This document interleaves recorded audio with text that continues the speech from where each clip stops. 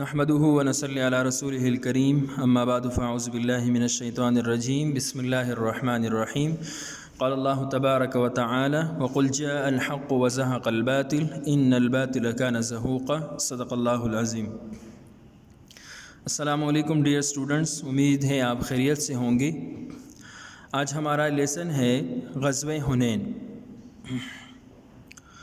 تو غزوہ حنین پڑھنے سے پہلے ہمیں یہ پتہ ہونا چاہیے کہ غزوہ کسے کہتے ہیں۔ غزوہ اس لڑائی اور جنگ کو کہتے ہیں جس میں نبی پاک صلی اللہ علیہ وسلم نے خود ہی شرکت کی ہو، یعنی وہ جنگ، وہ لڑائی جو کفر اور اسلام کے درمیان ہو اور آپ صلی اللہ علیہ وسلم خود ہی اس میں تشریف لے کر جائیں اور خود ہی شریک ہو جائیں، اس کو غزوہ کہتے ہیں۔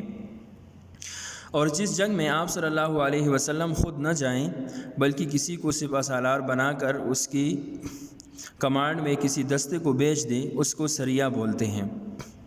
غزوہ حنین سے پہلے فتح مکہ ہوا تھا۔ تو غزوہ حنین سمجھنے سے پہلے کچھ تاریخی واقعات ہیں، اس کی طرف آتے ہیں کہ سب سے پہلے فتح مکہ ہوا۔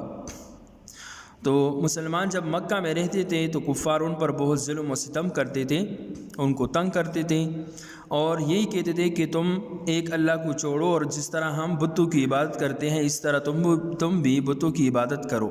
مسلمان اس کو ماننے کے لیے تیار نہیں تھے اور سزا کے طور پر وہ یہاں زندگی گزار رہے تھے۔ جب اللہ تعالیٰ نے حکم دیا آپ صلی اللہ علیہ وسلم کو کہ آپ مکہ سے مدینہ تشریف لے جائیں، ہجرت کریں، تو آپ صلی اللہ علیہ وسلم اللہ تعالیٰ کے حکم سے مکہ چھوڑ کر مدینہ تشریف لے گئیں۔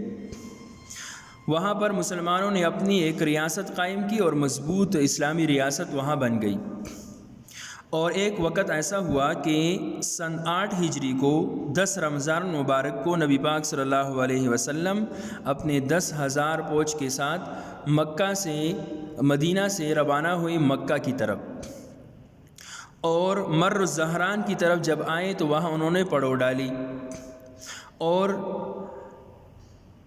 مکہ کے قریب انہوں نے جب رات کو پڑاؤ ڈالی تو ابو سفیان جب نکلا اس نے دیکھا کہ اتنی بڑی لشکر ہے اور اس لشکر والوں نے اپنے کھانے پینے انتظام کے لیے آگ جلائے ہوئے تھے مختلف قبیلوں کی شکل میں، تو وہ ڈر گیا اور کسی طرح وہ آپ صلی اللہ علیہ وسلم کے پاس پہنچ گیا۔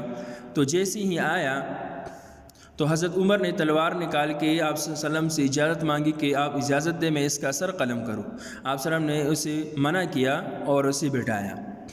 ابو سفیان آپ صلی اللہ علیہ وسلم کے ساتھ بیٹھے اور اس نے آخر کار ایمان لے کر آیا۔ آپ صلی اللہ علیہ وسلم نے اس سے کہا کہ کل ہم جب مکہ میں داخل ہوں گے تو جو آپ کے گھر میں رہا اس کو امان ہے، اس کو ہم کچھ نہیں کہیں گے، اور جنہوں نے اپنے گھر کے دروازے بند کیے ان کو بھی کچھ نہیں کہا جائے گا، اور جنہوں نے ہماری خلاف تلوار اٹھا لی، مزاحمت کی، تو اس کو ہم پھر نہیں چھوڑیں گے۔ اس طرح مسلمان مدینہ سے نکلے تھے 10 رمضان کو سن 8 ہجری میں، اور 20 رمضان مبارک کو وہ مختلف راستوں سے مکہ کے اندر فاتحانہ انداز میں داخل ہو گئے۔ تو غزوہ حنین سے پہلے فتح مکہ جب ہوا تو آس پاس کی جو عرب علاقے تھے اکثر لوگ وہ اسلام میں جوگ در جوگ بالکل سلسلہ وار یکے بعد دیگر وہ اسلام میں داخل ہوتے چلے گئے، اور باقی عرب کی بھی ہمت نہ رہی کہ اتنی بڑی لشکر کے ساتھ جب انہوں نے فتح حاصل کر لی اور مسلمان غالب آ گئے اور کفر مغلوب ہو گیا تو وہ بھی اسلام لانے پر مجبور ہو گئی۔ لیکن مکہ اور طائف کے درمیان ایک وادی ہے جسے وادی حنین کہتے ہیں، اور یہ جو غزوہ ہوا ہے یہ وادی حنین میں ہوا ہے۔ تو آپ لوگوں کو پتہ ہونا چاہیے کہ حنین ایک وادی کا نام ہے، اور وادی کہتے ہیں دو پہاڑوں کے درمیان جو قدرتی طور پر راستہ بن جائے اس کو وادی کہتے ہیں۔ تو غزوہ حنین اس وادی کے اندر ہوا اور مکہ اور طائف کے درمیان یہ واقعہ ہے۔ یہاں پر 2 قبیلے آباد تھے، بنو ثقیف اور حوازن، اور ان کا سردار تھا مالک بن عوف۔ تو مالک بن عوف نے ان کو جمع کیا اور ان کو کہا کہ جیسے فتح مکہ ہوا تو اب تک مسلمانوں کے پاس اتنی فرصت نہ تھی کہ وہ ہمارے پاس آئے اور ہمارے اوپر حملہ کریں، اب جب انہوں نے فتح حاصل کر لی تو وہ ہماری طرف ضرور متوجہ ہوں گے، تو کیوں نہ ہم پہلے مسلمانوں پر اقدامی جہاد کر لیں اور ان سے پہلے ان پر حملہ کریں۔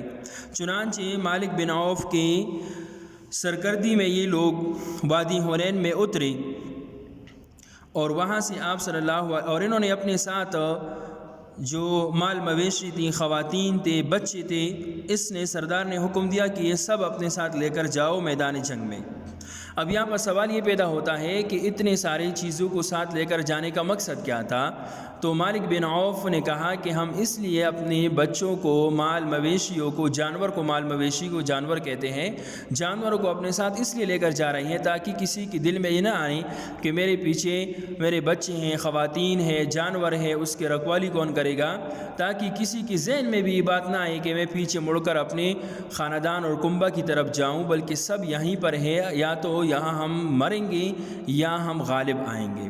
تو مالک بن عوف کے اس رویے کے ساتھ انہوں نے سب چیزیں اپنے ساتھ لے کر وادی حنین میں اتری۔ وہاں آپ صلی اللہ علیہ وسلم کو جب پتہ چلا تو آپ صلی اللہ علیہ وسلم نے اپنے ساتھ 12,000 کا لشکر لیا۔ اب تک یہ اسلامی لشکروں میں سب سے بڑی تعداد تھی، کیونکہ اس سے پہلے کبھی بھی مسلمانوں کے پاس اتنی بڑی تعداد نہ تھی۔ جیسے غزوہ بدر میں مسلمان صرف 313 تھے، اور اس سے پہلے جو فتح مکہ ہوا اس میں زیادہ سے زیادہ 10,000 تھے، اور اس میں بھی لڑائی کی نوبت نہیں آئی تھی۔ اب جب یہاں پر یہ 10,000 کا لشکر اترا، اس میں تقریباً 12,000 کا لشکر اترا، اس میں 10,000 مہاجرین اور انصار تھے۔ مہاجرین ان کو کہتے ہیں جنہوں نے مکہ سے مدینہ کی طرف ہجرت کی تھی، اور انصار اسے کہتے ہیں جو مدینہ کے خود ہی باشندے تھے اپنے اور وہاں رہتے تھے۔ تو 10,000 مہاجرین اور انصار تھے، اور باقی جو 2,000 بچ گئے وہ نو مسلم تھے، نئے مسلمان ہو چکے تھے۔ غزوہ حنین کے لیے اسلامی لشکر سن 8 ہجری کو 6 شوال یہ اسلامی لشکر روانہ ہوا۔ تو جیسے ہی یہ روانہ ہوا اور وہاں وادی حنین کی طرف گئے تو بعض مسلمانوں کے منہ سے یہ بات بے اختیار نکلی کہ آج ہم ضرور غالب آئیں گے اور اس لڑائی میں ہم نہیں ہار سکتے۔ تو اللہ تعالیٰ کو ان کی یہ بات پسند نہ آئی، اور پہلے شروع میں ان کو کچھ نقصان بھی ہوا اور یہ پسپا ہو گئی۔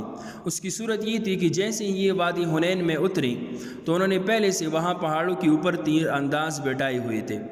مسلمانوں کو جب پہلا دستہ اس وادی میں داخل ہوا تو انہوں نے بارش کی طرح تیر برسانے شروع کر دی، جس کی وجہ سے مسلمانوں کا پہلا جو دستہ تھا وہ پیچھے پسپا ہونے لگا اور پیچھے ہٹنے لگا۔ اس پر آپ صلی اللہ علیہ وسلم نے حضرت عباس رضی اللہ عنہما کو کہا کہ مسلمانوں کو آواز دو کہ تم کہاں جا رہے ہو، اللہ کا نبی یہاں کھڑا ہے اور تم پیچھے بھاگے جا رہے ہو۔ تو اس پر حضرت عباس نے ایک زوردار اور دلیرانہ جرت مندانہ آواز لگائی کہ اے مسلمانوں، اے صحابہ کرام، تم کہاں پیچھے بھاگے جا رہے ہو؟ اللہ کا نبی سامنے کھڑا ہے، قیامت والے دن ہم اللہ کو کیا منہ دکھائیں گے، کیا جواب دیں گے کہ اللہ کا نبی سامنے کھڑا تھا اور تم پیچھے بھاگ رہے تھے؟ جب مسلمانوں نے یہ آواز سنی تو فوراً متوجہ ہو گئے اور واپس مڑے اور زوردار حملہ کیا۔ اور اس جنگ میں آپ صلی اللہ علیہ وسلم نے 2 زرے پہنے تھے۔ زرہ کہتے ہیں وہ قمیص جو لوہے سے بنائی گئی ہو اور جنگ کے دوران استعمال کی جاتی ہے تاکہ اس پر کوئی تلوار وغیرہ اثر نہ کرے۔ دوبارہ سنیں، زرہ اس قمیص کو کہتے ہیں جو لوہے سے بنائی گئی ہو اور جنگ کے دوران اس لیے پہنی جاتی ہے تاکہ اس پر تلوار اثر نہ کرے۔ تو آپ صلی اللہ علیہ وسلم نے اس جنگ میں 2 زرے پہنے ہوئے تھے۔ یہاں پر اس کتاب میں مسلمانوں کی پسپائی کا جو سبب بیان کیا گیا وہ بے ترتیبی تھی، لیکن اصل وجہ قرآن پاک میں وہ بیان کیا گیا ہے کہ ان کا یہ گھمنڈ پیدا ہونا کہ آج ہمارے پاس 12,000 کا لشکر ہے تو اس لیے ہم غالب آئیں گے، یہ اللہ تعالیٰ کو پسند نہ آئی یہ بات، اور مسلمانوں کو تنبیہ کے طور پر تھوڑی دیر کے لیے مشقت اٹھانی پڑی۔